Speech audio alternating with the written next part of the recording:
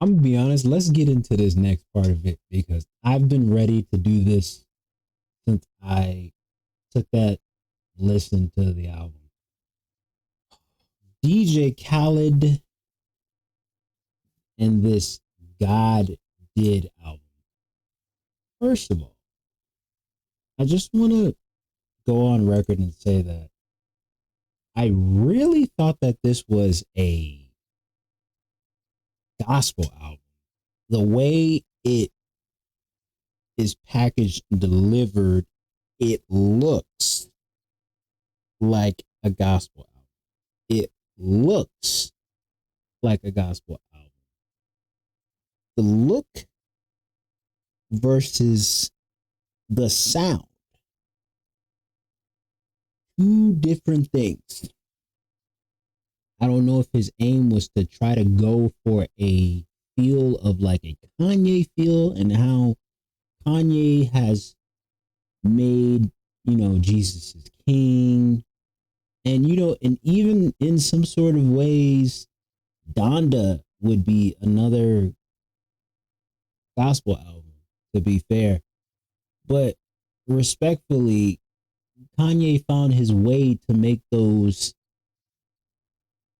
gospel albums in their own sort of way without like kind of breaking away from the barrier of him, being a man who has newly found the faith of Christianity and not breaking that, even though he is a secular artist and he was able to do that.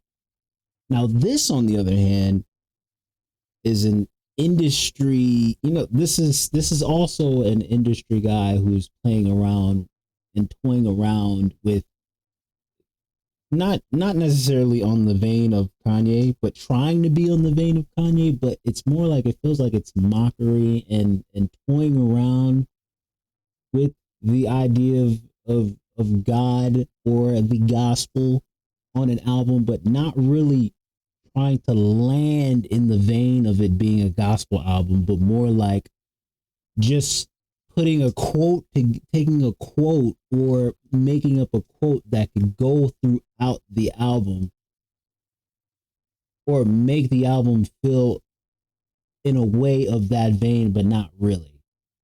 Um, and that's what you get here with this Khaled God did.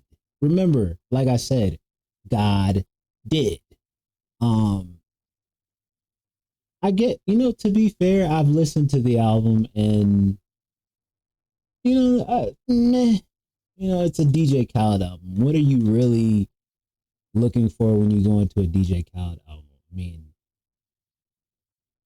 um, as far as I could tell you,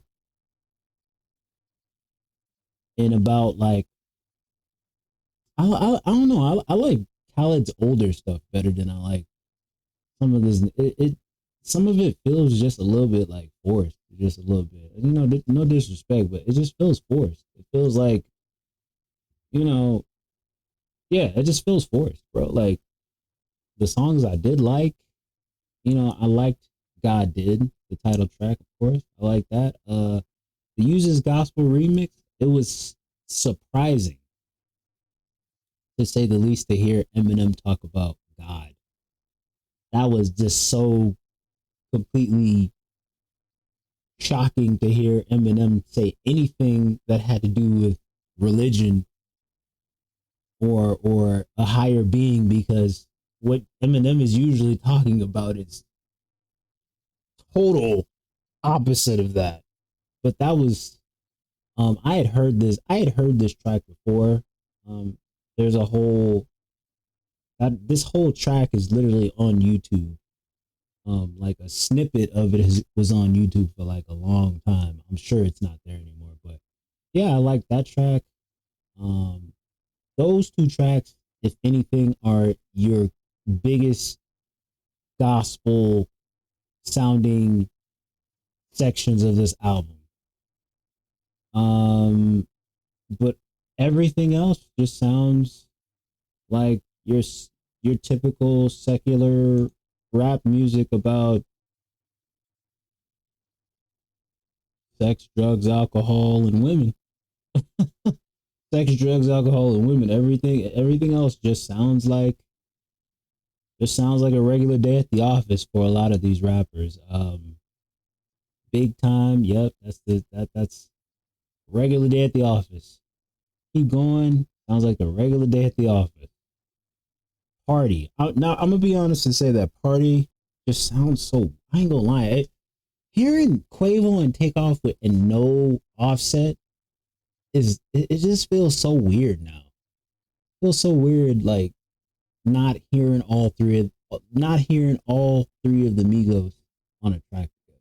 I ain't gonna lie. I will say that the "Staying Alive" song. I mean, I had heard that. It's it's what it is. It's what I expect from a Drake and Little Baby feature. Um, Feature and SZA, it was cool. It ain't safe. I actually kind of like that one. Let's Pray with Don Toliver and Travis Scott. Like I said, a lot of this is just a lot of this is just it's your typical DJ Khaled album. Um, like I said, the ones I liked was God Did, Uses Gospel. Party was cool. I actually like that one. And I think Juice World did and the Jadakiss interlude are the only other things I like on here. Um, I don't know why I thought this would be a gospel album, but hey, like I said, if you are a DJ Khaled aficionado, go for it. But if you were expecting something other than the usual day at the office, don't be surprised when you press play. Is all I'm saying.